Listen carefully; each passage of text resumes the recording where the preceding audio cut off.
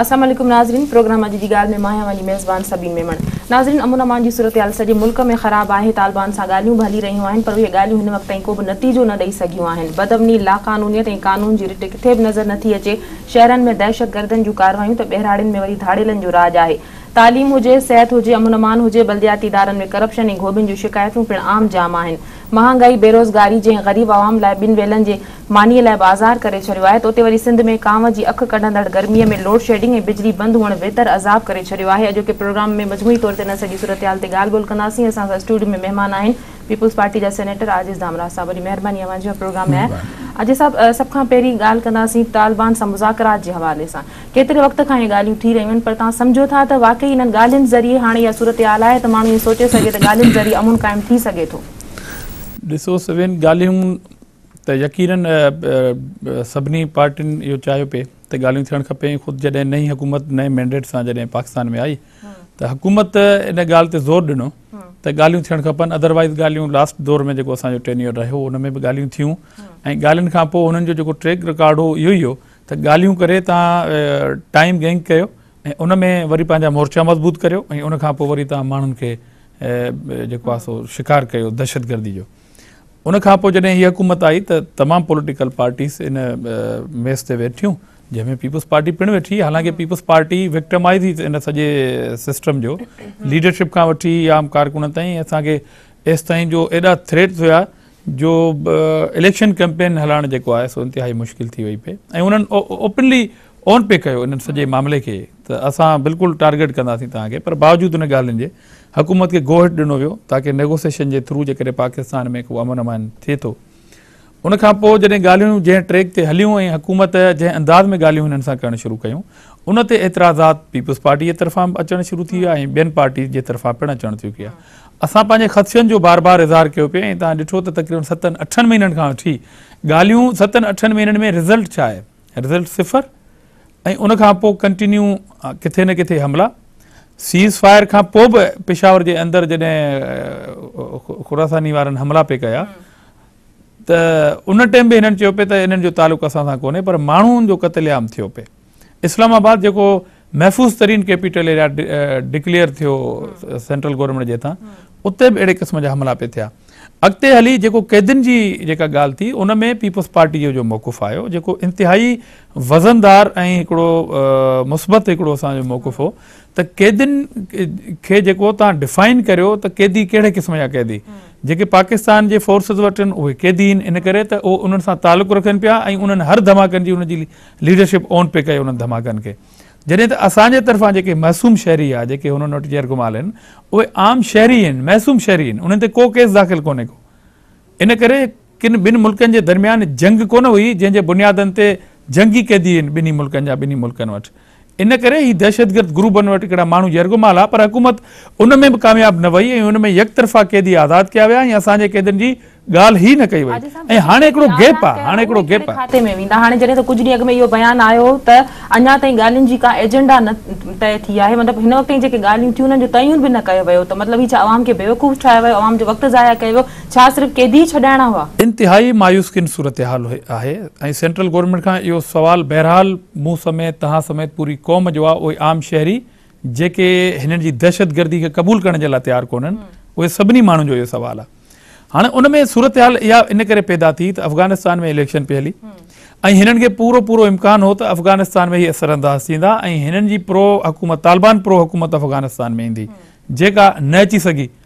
हाणे जॾहिं इलेक्शन थी पिए उन में हिननि खे ॻाल्हियुनि में रखिणो हो पाकिस्तान जी गवर्नमेंट खे ऐं सीज़ फायर जा जेके मुतालबा पे थिया ऐं फ्री ज़ोन जेको आहे सो फोर्सिस जे हवाले सां पीस ज़ोन जेको हिननि करायो पिए, उन्हनि जो सिर्फ़ु मक़सदु सिर्फ़ु हिकिड़ो हुयो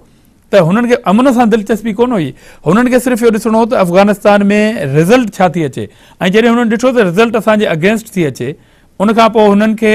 पंहिंजी उथल पुथल पंहिंजा माण्हू हितां खां हुतां वारा माण्हू सॼो साज़ो सामान दहशतगर्दी जो जॾहिं हिते शिफ्ट करिणो वज़ीरिस्तान में, इन करे हुननि खे सीज़ फायर जी इंतिहाई सख़्तु ज़रूरत हुई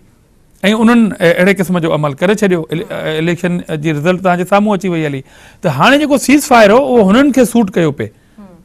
हाँ जेके कैदी हुआ वो केॾां विया उन्हनि जो रिकॉर्ड असां चवंदा त जंहिं APC जे थ्रू तव्हां ऑपरेशन जी गोहट वरिती पॉलिटिकल फोर्सिस खां अॼु तमामु पॉलिटिकल पार्टीज़ बशमूल पीपल्स पार्टी इहो मुतालबो थी करे ज़ोरदार मुतालबो थी करे त जेके कैदी तव्हां छॾिया या हींअर जेको गैप आहे तव्हांजे कमेटियुनि जे थ्रू ॻाल्हाइण जूं वरी हुन में सब कमेटियूं ठहियूं मतिलबु अंधेर नगरी चरबट राजा वरी सब कमेटियूं ठहियूं सब कमेटियूं कानून साज़ी जे लाइ ठहंदियूं आहिनि पार्लियामेंट में हिकिड़ियूं कमेटियूं हूंदियूं आहिनि उन जूं वरी सब कमेटियूं ठहंदियूं आहिनि त हिननि सब कमेटियूं बि ठाहियूं कैदियुनि जो को हिसाब किताब ॾियणो कोन्हे अदरवाइज़ वरी हितां वज़ीरनि खां के ॿिया इशूज़ पाकिस्तान में शुरू करे छॾियूं मीडिया जो रुख होॾां हले वियो आहे ॻाल्हियूं एज़ इट इज़ हुते 1.5 लाख आहिनि ॻाल्हियुनि में कैदी बि रिहा थी विया हलिया को मक़सद कोन्हे का हासिलात कान्हे रिहा कया विया आज़ाद कया विया उन्हनि जो को बायोडेटा अवाम खे न ॿुधायो वियो त उन्हनि खे छो गिरफ़्तार कयो वियो किथां गिरफ़्तार कयो वियो किथे रखियो वियो जेकर उन्हनि खे छॾियो वियो त उन्हनि खे कहिड़े आइन कानून तहत छॾियो वियो ऐं उन खां अलावा हिन सॼे प्रोसेस में सूरत हाल इहा बीठी त हुकूमत हमेशह कमज़ोर पोज़ीशन ते ई नज़र आई ईअं छो हुयो ऐं तालिबान इन सॼे सूरत हाल में पाण खे हिकु धुर तौरु हिकु फ़रीक़ तौरु मञण में ॼण कामयाब थी विया त हिकिड़ी उहे बि आहिनि अहिड़ी का हैसियत रखंदा जिन सां ॻाल्हियूं करणु घुरिजनि ॾिसो सभिनि हुकूमत मुकमल तौर ते 11 महीननि जो जेको हुनजो पीरियड आहे मुकमल तौर ते हर फील्ड में कंफ्यूज़ आहे कंहिं बि मामले में जॾहिं ही हथ में खणनि था शुरू में ही आया चऊं त असां हिकिड़ी कमीशन ठाही आहे ऐं इदारनि जा मुख़्तलिफ़ सरबराह जेके आहिनि उहो थ्रू एग्ज़ाम ॾींदा ऐं उनखां पोइ उन्हनि खे इदारनि खे रखियो वेंदो उहा ॻाल्हि उते छुटी उनखां पोइ हिननि ख़ासि तौर ते जेको तालिबाननि वारी ॻाल्हि हुई असांखे एतिराज़ ई इहो आहे असांजो पंहिंजो सुवालु इहो आहे जंहिंजो अॼु ताईं जवाबु कोन था ॾियनि असां चऊं था त जिथे जिथे तव्हां कंफ्यूज़ आहियो उते वरी जेका क़ौमी लीडरशिप आहे पॉलिटिकल लीडरशिप आहे उन्हनि खे विहारियो हिकिड़ी टेबल ते ऐं वरी उन्हनि सां शेयर कयो इहे ॻाल्हियूं ऐं वरी तव्हां मैंडेट वठो कैदियुनि खे रिहाई जो या ॻाल्हियुनि जो जिथे जिथे तव्हां गैप थियनि पर उते जॾहिं वज़ीर दाख़िला साहिबु जेकॾहिं इहा ॻाल्हि चवंदो त इस्लामाबाद में जेको कोर्ट ते अटैक थियो जेकॾहिं एजेंसियूं उन में अञा इन्वेस्टिगेशन पियूं कनि उनजे दौरान वज़ीर दाख़िला साहिबु बयानु ॾेई थो छॾे त जेको जज आहे उहो कंहिं ॿाहिरें दहशतगर्द जी गोली सां न आहे मो पर कंहिं पंहिंजे गार्ड जी गोली सां मरी वियो हलियो आहे जॾहिं वज़ीर दाख़िला जेको कप्तानी थो करे इन कमेटियुनि जे थ्रू जेको ॻाल्हि ॿोल जी प्राइम मिनिस्टर जे तरफ़ां जॾहिं उहो अहिड़े क़िस्म जा बयान ॾेई उन्हनि माण्हुनि ते शेल्टर ॾींदो उन्हनि माण्हुनि खे जिन दिना दास्ती हमला कया त मां सम्झां थो हीअ मुकमल तौर ते कंफ्यूज़ आहिनि हीअ फासी विया आहिनि हिननि खे ख़बर नथी पए त असांखे अॻिते छा वठणु खपे इन करे असां वरी ऑफर कई आहे बार बार ऑफर कई आहे त तव्हांखे वरी हिकिड़ी टेबल ते तमामु क़ौमी लीडरशिप खे विहारियो ऐं रस्तो कढियो असीं सम्झूं था त हिन सॼे मामले में जेका कंफ्यूज़ सूरत हाल आहे उन में तमामु पॉलिटिकल पार्टीज़ खे ऐं ख़ासि तौर ते उहे पॉलिटिकल पार्टियूं जेके विक्टिमाइज़ थियूं आहिनि हिननि जे हथां उन्हनि खे वरी एतमाद वठणु खपे अच्छा आजिज़ साहब छा अस्करी क़यादत ऐं सिविल हुकूमत हिक पेश ते मुतफ़िक़ आहिनि छो त अस्करी क़यादत तरफ़ां इहो बयानु बेनताई अहमियत जोॻो आहे त बाग़ियुनि खे कंहिं बि सूरत में बख़्श न कयो वेंदो जेकॾहिं उहे इदारनि ते या फोर्सिस ते हमला कनि था त उन्हनि खे जेको आहे सो सबक़ सेखारियो वेंदो तव्हां सम्झो था त किथे को टकराव आहे टकराव जहिड़ी सूरत हाल आहे ॾिसो सभिनि जेकॾहिं मिलिट्री ऐं सिविल लीडरशिप हिकिड़ी पिच ते हुजे हा त हिननि खे बार बार इहो चवण जे लाइ ज़रूरत ई महसूसु न थिए हा त असीं ॿई हिकिड़ी पिच ते आहियूं कहिड़ी ज़रूरत आहे तव्हांखे चवण जी तव्हांजे ॿिनि मिनिस्टरनि तव्हांजे ॿिनि वज़ाहत ॾिबी उते आहे जॾहिं इख़्तिलाफ़ातनि जो चोॿोल हूंदा आहिनि न वज़ाहत ॾिबी उते आहे ऐं इंतिहाई मायूस कुन सूरत हाल इहा थी त जॾहिं ग्वादर में प्राइम मिनिस्टर सां ऐं अच्छा इन सॼी सूरत हाल में बज़ाते ख़ुदि प्राइम मिनिस्टर जो को रोल किथे नज़र कोन ईंदो आहे हालांकि जिथे बुरान पैदा थींदा आहिनि हुकूमतुनि में उते लीडरशिप जेका पाण बज़ाते ख़ुदि लीडरशिप आहे नवाज़ लीग जी फर्स्ट माना लीडर सेकेंड बि लीडरशिप न आहे उते हुनखे उहो रोल पैदा करणु खपे किरदारु अदा करणु खपे जेको बदकिस्मती सां न कयो वियो हाणे जंहिं सवाल तव्हां जेको जंहिं पस मंज़र में कयो आहे हाणे हूअं त हीअ तरदीदूं कंदा रहिया आहिनि ॿई धुरियूं कंदियूं रहियूं आहिनि ऐं उनखां पोइ ग्वादर में जॾहिं प्राइम मिनिस्टर हफ़्तो या 10 ॾींहं अॻे जॾहिं वञी उते दौरो थो करे उते प्राइम मिनिस्टर हिक खां वधीक भेरा इहो चवण में फ़ख़ुरु महसूस थो करे त मेरे दाएं तरफ चीफ मिनिस्टर बलूचिस्तान खड़े बाएं तरफ चीफ ऑफ आर्मी खड़े इसलिए सबको समझना चाहिए कि हम एक पिच पे हैं मतलब चीफ ऑफ आर्मी स्टाफ जे लाइ बार बार जॾहिं हेड चए मुल्क जी मुंतखब क़यादत इहा ॻाल्हि चए बार बार चए त मुझे फ़ख्र है इस बात पे आप देखें कि मेरे तरफ ये भाई इहा नॉर्मल एक्सरसाइज़ आहे चीफ ऑफ आर्मी स्टाफ जेकॾहिं तव्हांजे भरिसां बीठो आहे त इहा कहिड़ी अचरत में अचण जहिड़ी ॻाल्हि आहे ठीकु आहे भई चीफ मिनिस्टर त पॉलिटिकल कारकुन आहे चीफ CM आहे हिकिड़े सूबे जो उन ते त तव्हां इहा ॻाल्हि करे सघो था पर चीफ ऑफ आर्मी स्टाफ जंहिंखे तव्हां पाण था चओ त असांजे ताबे आहे आईने जे तहत डिफेंस मिनिस्ट्री जे ताबे आहे डिफेंस सेक्रेटरी जे ताबे आहे त उते जॾहिं प्राइम मिनिस्टर लेवल जेतिरी लीडरशिप जेकॾहिं इहा ॻाल्हि बार बार इहा वरजाईंदी त इन सॼी सूरत हाल में जेकॾहिं केतिरियूं बि तरजीदियूं थियनि त सिविल ऐं मिलिट्री लीडरशिप हिकिड़ी पिच ते आहे असां चऊं था त मुल्क में अहिड़ी का अनारकी पैदा न थिए जैसा जमहूरी सिस्टम के को नुकसान पहुंचे। असांजा हज़ारे इख्तिलाफ़ हुजनि नवाज़ शरीफ़ सां, पर बावजूद उन ॻाल्हि जे असां को बि गैर जमहूरी अमल जेकॾहिं कंहिं जमहूरी प्रोसेस जे ख़िलाफ़ आयो त असां जमहूरी क़ुवतुनि सां गॾु बीहंदासीं। अॼु साहब जेके दहशतगर्द 50,000 खां वधीक माण्हुनि खे मारे चुका आहिनि, उहे क़बूल बि कनि था त असां इहे वारदातूं कयूं आहिनि, असां इहे बम धमाका करे उन जी ज़िमेदारी क़बूल बि कनि था, त पोइ बि उन्हनि सां ॻाल्हियूं या वक़्तु खे इंगायो थो वञे, अवाम खे कंहिंजे रहमो करम ते छॾियो वियो आहे हिन वक़्त ताईं? हू चयो त मुकमल तौरु कंफ्यूज़ आहिनि ऐं जेकॾहिं 11 महीननि जे अंदरि जेका सरकार पंहिंजी इलेक्शन कैंपेन में एनर्जी क्राइसिस ऐं लॉ एंड ऑर्डर जी सूरत हाल ते वधीक मुंहिंजे ख़्याल में पॉइंटुनि ते जलसनि में ॻाल्हाए वियो। एसि ताईं चयो वियो त जेकॾहिं एनर्जी क्राइसिस ख़तमु न थियो त नाला तब्दील करे वठियो, जज़्बाती स्टेटमेंट ॾिना विया ऐं अचण सां हाणे क़ौम मुतालबो थी करे त इहा ॻाल्हि तव्हांजी जज़्बाती ही, हाणे जेकॾहिं तव्हीं सचायो त पंहिंजो को सेकेंड नालो जेको आहे चूज़ कयो, क़ौम खे ॿुधायो। नंबर ॿी ॻाल्हि त ही जेको स्टेप हुन जो पंहिंजो तालिबाननि सां नेगोसिएशन वारो, त असां इहो भायो पिए, बल्कि पूरी क़ौम इहा ॻाल्हि महसूस पई कई त हिननि जा तालुकात तालिबान लीडरशिप सां बहितर रहिया आहिनि। माज़ी में बेनज़ीर साहिबा जी हुकूमत खे ख़तमु करण जे लाइ उसामा बिन लादेन खे पैसनि ॾियण जे हवाले सां नवाज़ शरीफ़ जी ज़ात जो नालो हलियो, मार्केट में हलियो, मीडिया ते हलियो, का ढकी छुपी ॻाल्हि कान्हे का। त असां इहो सभु महसूस कयो पिए त एनर्जी क्राइसिस ते कंट्रोल करण में जेकॾहिं हिनखे ॾींहं लॻा बि सही, त हिन मसइले ते ही ॻाल्हाए सघंदा, छो जो हुननि जी लीडरशिप सां क़यादत सां हिकिड़ी माना बहितर रिलेशनशिप आहिनि। रिलेशनशिप इन करे त पंजाब पाकिस्तान जो वॾो सूबो आहे ऐं असां कतन कोन था चाहियूं त जॾहिं 3 सूबा अहिड़े क़िस्म जो सफ़र कनि था, बल्कि हिन जूं स्टेटमेंट रिकॉर्ड थियनि त महिरबानी करे पंजाब जे अंदरि के बि अहिड़े क़िस्म जा धमाका न कया वञनि, दहशतगर्दी न कई वञे, बाक़ी तव्हां ॼाणो तव्हांजो कमु ॼाणे। पंजाब जेको आहे इहो सॼो बार नंढनि सूबनि ते उछलाइण जे लाइ हवक बि महसूसु न कई ईअं चवण में सिटिंग चीफ मिनिस्टर ऐं नवाज़ लीग जी क़यादत, बल्कि असां हुनजे जवाब में कतन इहो कोन था चऊं त ही हाणे रुख पंजाब में कनि। असांजो घटि में घटि इहो मुतालबो कोन्हे त हरू भरू असीं चऊं त भई पंजाब जे अंदरि धमाका छो कोन था चवनि, पर जे नथा थियनि इट मीन्स जंहिं जू में क्राइम घटि थींदो आहे त सम्झिबो आहे त हिन ऑफिसर जा के तालुकात के बहितर आहिनि। इन करे जेके तालिबान जी क़यादत आहे या जेके कालंदम तंज़ीमियूं आहिनि, उहे हिननि जे जलसनि में वियूं, हुननि जी लीडरशिप सां फोटेज आहिनि, ओपनली फोटेज आहिनि। इन करे असीं सम्झूं था त जीअं पंजाब में नवाज़ लीग जी क़यादत कराए वेठी आहे, ईअं ख़ुदारा महिरबानी करे तमामु जल्द पूरे पाकिस्तान में अहिड़ो अमन कराए ॾेखारनि दहशतगर्दी जे हवाले सां, तालिबाननि जी दहशतगर्दी जे हवाले सां जेको पंजाब में करे वेठा आहिनि। आज साहब हाणे ॻाल्हि कंदासीं सूबे सिंध में बि अमन अमान जी सूरत हाल इंतहाई ख़राब आहे, जीअं सॼे मुल्क में आहे। कराची में दहशतगर्दनि ख़िलाफ़ टारगेटेड ऑपरेशन बि हलंदड़ आहे, उनजे बावजूद तव्हां ॾिसो त क़त्ल गारतगिरी में घटिताई न अची सघी आहे। ॾिसो सभिनी ऑपरेशन बिल्कुलु कंटिन्यू आहे ऐं हीउ ऑपरेशन अञा हलंदो। असां यकीनन इहा ॻाल्हि चई सघूं था त इन ऑपरेशन खां पोइ काफ़ी माण्हू गिरफ़्तार बि थिया आहिनि ऐं उन्हनि ऑपरेशन ते एतिराज़ात बि थिया आहिनि त भई माण्हू गिरफ़्तार थियनि था, छो था थियनि, ऐं उन ऑपरेशन जे करे काफ़ी अप एंड डाउन्स आया। वक़्ती तौर ते तव्हांखे माठार बि कराची जे अंदरि नज़र आई, वरी हिकिड़े अहिड़े क़िस्म जी एक्सरसाइज थी आहे त डेफिनेटली मां चवां थो त इन ऑपरेशन खे अञा कंटिन्यू हलणु खपे। ऑपरेशन जे नतीजे में असां इहो कोन था चऊं त कराची हिकु दफ़ो वरी को रोशनियुनि जो शहर आयो आहे। ही हिकिड़ो टारगेटेड ऑपरेशन मीन्स उन्हनि क़ुवतुनि जो बि टारगेट आहे त असांखे ऑपरेशन खे फेल करणो आहे,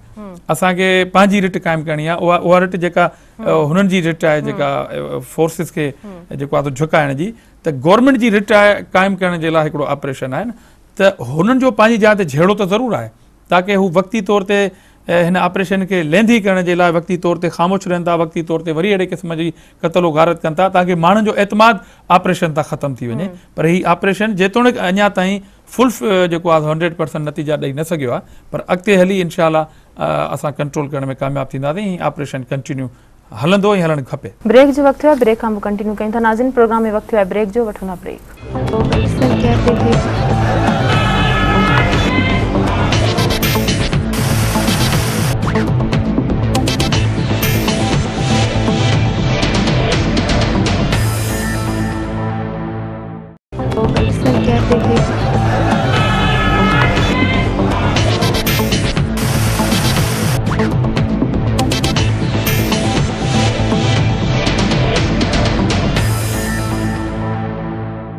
वेलकम बैक नाज़रीन। आज साहब कराची में कहिड़े तर्ज़ जे ऑपरेशन जी ज़रूरत आहे त जीअं बहितरी अची सघे? कुछ वक़्त जी ठापुर खां पोइ ॿीहर उहे कार्रवाई शुरू थी वञनि थियूं, जॾहिं त वफ़ाक़ बि बार बार मदद ऐं सहकार जी ॻाल्हि कंदी रही आहे।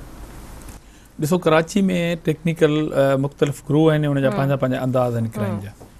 कराची जे अंदरि माण्हू किडनैप बि थियनि था, कराची जे अंदरि लैंड ग्रैबर बि आहिनि, कराची जे अंदरि मंशियात फ़रोश बि आहिनि, कराची जे अंदरि मोबाइल ऐं पर्स छीनण वारा माण्हू बि आहिनि, त कराची जे अंदरि बम सुसाइड और बम ब्लास्ट बि आहिनि। हाणे हिन सॼे सिचुएशन में यकीनन वफ़ाक़ी हुकूमत जो सहकार सिंध हुकूमत लाइ लाज़मी थिए थो, ऐं सिंध हुकूमत सिंध पुलिस ऐं रेंजर्स जे थ्रू जेको ऑपरेशन थिए पियो, उन ऑपरेशन ते बाज़ औक़ात कॾहिं कॾहिं सफ़ा एतिराज़ात बि उथंदा आहिनि। एतिराज़ात थियण जो सबबु इहो आहे त ऑपरेशन पंहिंजे टारगेटेड सां हले, ऐं टारगेट ऑपरेशन जो मक़सदु इहो आहे त जंहिं इलाइक़े में ऑपरेशन थिए थो उहो इंफॉर्मेशन जे बुनियादनि ते ई ऑपरेशन अहिड़े क़िस्म जो थिए थो। पोइ यकीनन जॾहिं माण्हू गिरफ़्तार थियनि था, काफ़ी माण्हू उन में बेॾोही साबित थिया आहिनि, उहे माण्हू रिलीज़ थियनि था ऐं काफ़ी माण्हुनि खे गिरफ़्तार कयो आहे। कराची जी सिचुएशन जे मुताबिक़ पोइ उन्हनि माण्हुनि जी क़ैदी जीअं ॿाहिरि, जीअं वली बाबर केस आहे उहो ॿाहिरि शिफ्ट थी वियो हलियो, अहिड़े क़िस्म जी एक्सरसाइज़ पिणु हुकूमत जे तरफ़ां आहे। त मूं चयो त हिन ऑपरेशन खे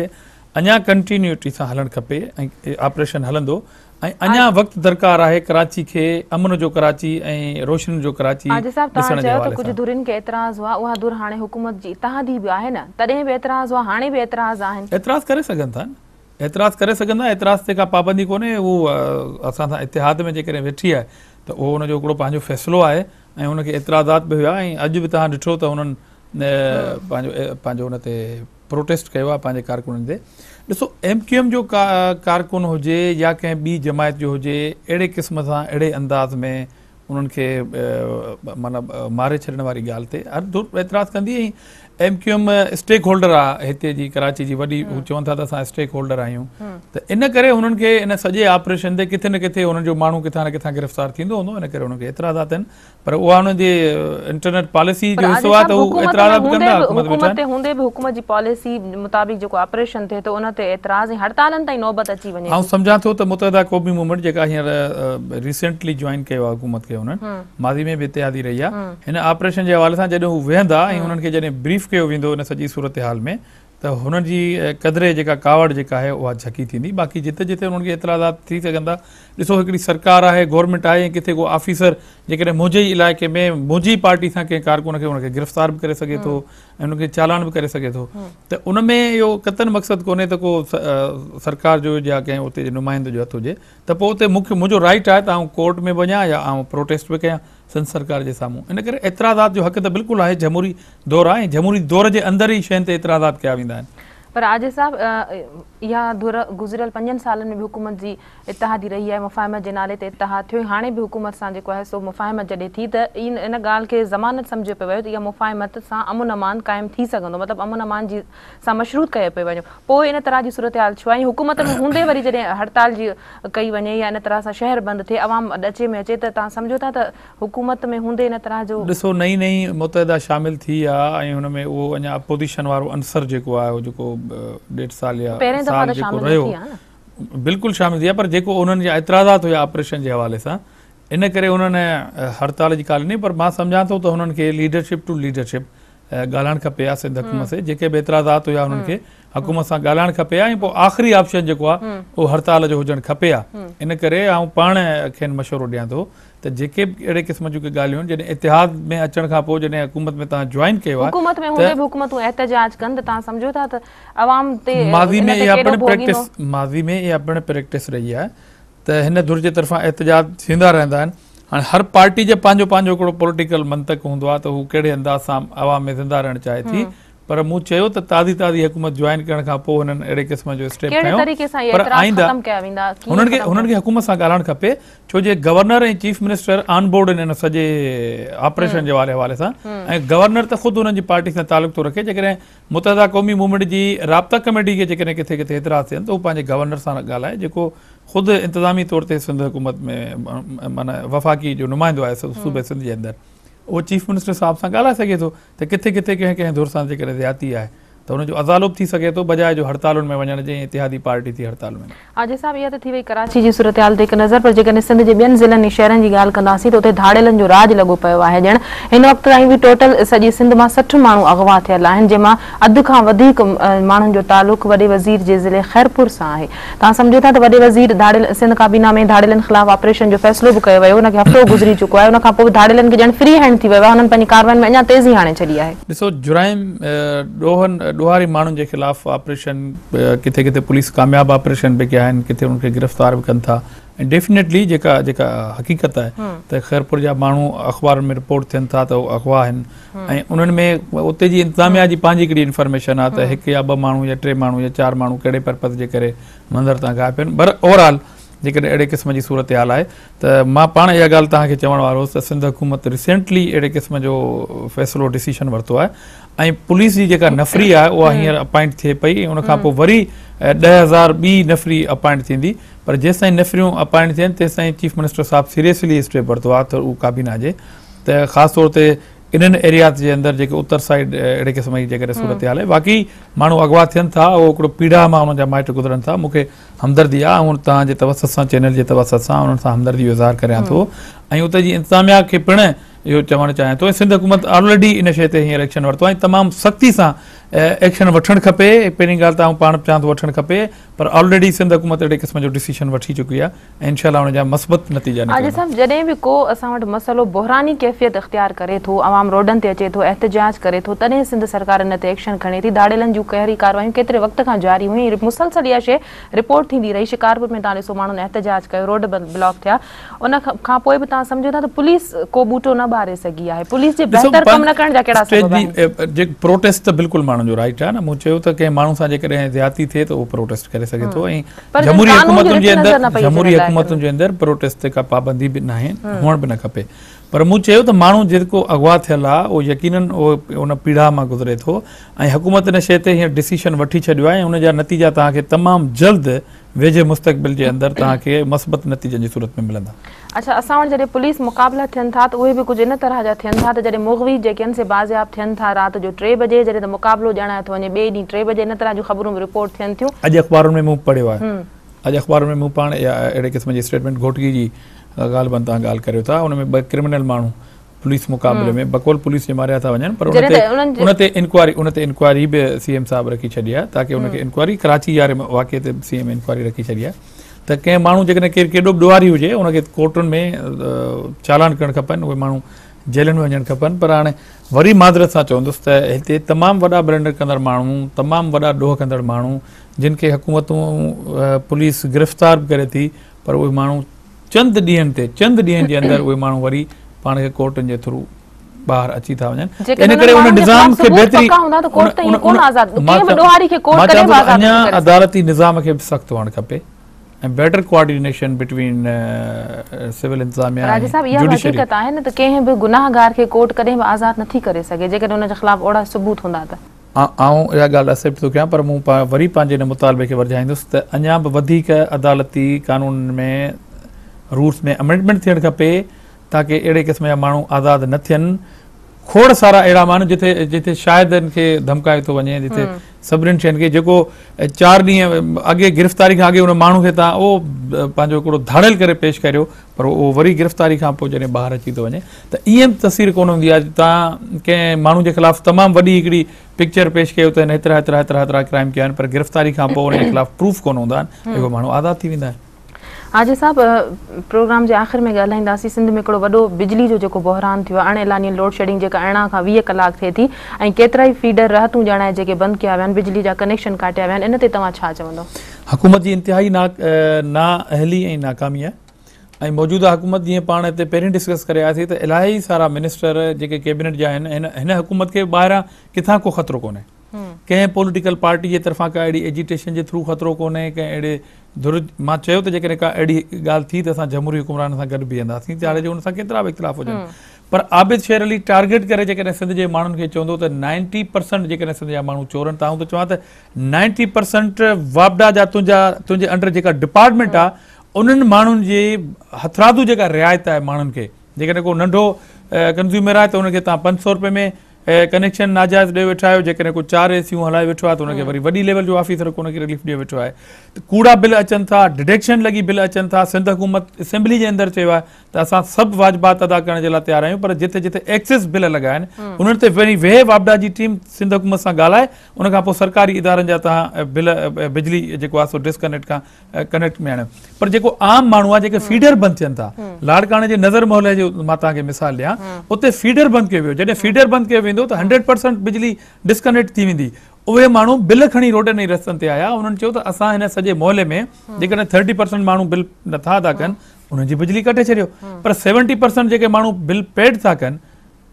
त उन्हनि जी बिजली कटण जो कहिड़ो मंतक आहे तव्हांखे? हिते त माण्हुनि ते नाजाइज़ डिडक्शन हणी, हिकिड़ा त तव्हां पैसा वठी जिन माण्हुनि खे रिआयत था ॾियो, उहा तव्हां वरी पूरा करण जे लाइ शरीफ़ माण्हू, अशराफ माण्हुनि जे तव्हां बिजली खे डिडक्शन बिल हणी छॾियो था लख लख रुपए जा। उहे माण्हू ऑफिसुनि जा चकर काटे काटे उहो मजबूर थियनि था त उहो किस्तुनि में तव्हांखे उहो मद में पैसो ॾियनि। इन करे वापडा मकरूज़ आहे। हिकु त तव्हां लोड शेडिंग ख़तमु न करे सघिया आहियो, ॿियो तव्हां उल्टो वरी तव्हां डिस्कनेक्ट कंदो बिल। जेकॾहिं प्राइम मिनिस्टर हाउस जेकॾहिं मकरूज़ आहे त उन में पाकिस्तान जे अवाम जो कहिड़ो ॾोह? उन में नज़र मोहल्ले में 30% जेके माण्हू बिल पेड नथा कनि, उहे त इहो क्लेम करे सघनि था त जॾहिं हिन मुल्क जो आला मोतबर इदारो हाउस ख़ुदि पंहिंजे प्राइम मिनिस्टर सां तालुक़ु रखंदड़ पंहिंजी पार्टी जो वज़ीर जॾहिं चए त हीउ इदारो मकरूज़ आहे वापडा जो, जॾहिं प्राइम मिनिस्टर मकरूज़ हुजे वापडा जो, उते नज़र मोहल्ले जे आम किरड़ कांडेरे जो ऐं कहिड़ो ॾोह थी थो? इन करे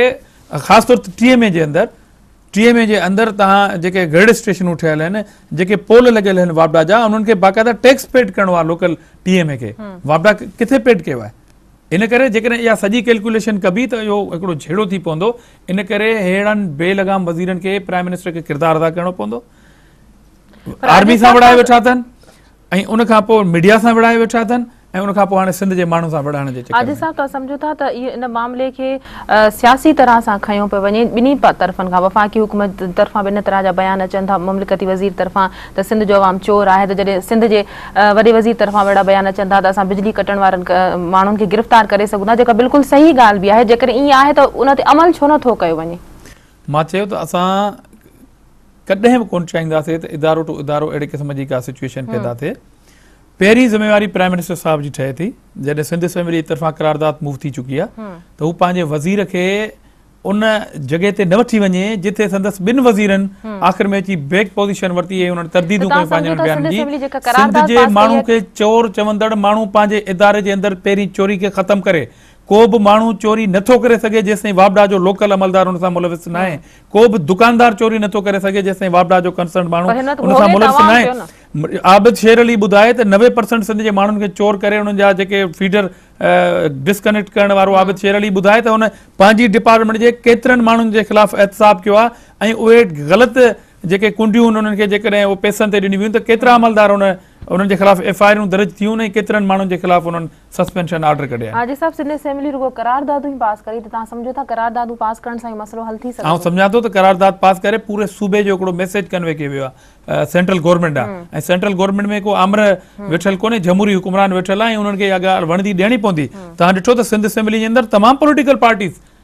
इन शइ जी मुज़म्मत कई आहे। ख़ुदि संदन पार्टी सिंध असेंबली में यूनानिमसली इहा करारदाद मंज़ूर थी आहे। इन करे असीं नवाज़ शरीफ़ साहब खे अपील कयूं था त हू होश खां कमु वठी 22 कलाक लोड शेडिंग आहे लाड़काणे साइड खां ऐं तमामु उत्तर साइड जे अंदरि 22 कलाक लोड शेडिंग आहे। हीउ किथे जो इंसाफ़ आहे? फीडर कॾहिं बंदि कबा आहिनि छा? पाकिस्तान जी तारीख़ में पहिरियों चकर ईअं थिए थो त तव्हां फीडर जा फीडर बंदि करे छॾियो, सुकनि सां गॾु सवा साड़े छॾियो। इन जी कॾहिं बि इजाज़त न ॾिबी ऐं जेतिरा प्रोटेस्ट थियनि था ख़ुदि असां ते इहा तनक़ीद आहे त पीपल्स पार्टी जा लीडर उन में लीड कनि, पर असां एसि ताईं लीड इन करे कोन पिया कयूं जो सुभाणे कंहिंखे इहो चवण में मौक़ो फ़राहम न थिए त पीपल्स पार्टी हरू भरू माण्हुनि खे जेको आहे सो इन तरफ़ मचराए थी। हालांकि लास्ट ईयर ख़ुदि शहबाज़ शरीफ़ साहिबु अहिड़े क़िस्म जी प्रैक्टिस करे वेठो आहे। उते वफ़ाक़ी वज़ीर जेके पीपल्स पार्टी सां तालुक़ु पिया रखनि 50 में हुननि जा घर साड़े छॾिया विया।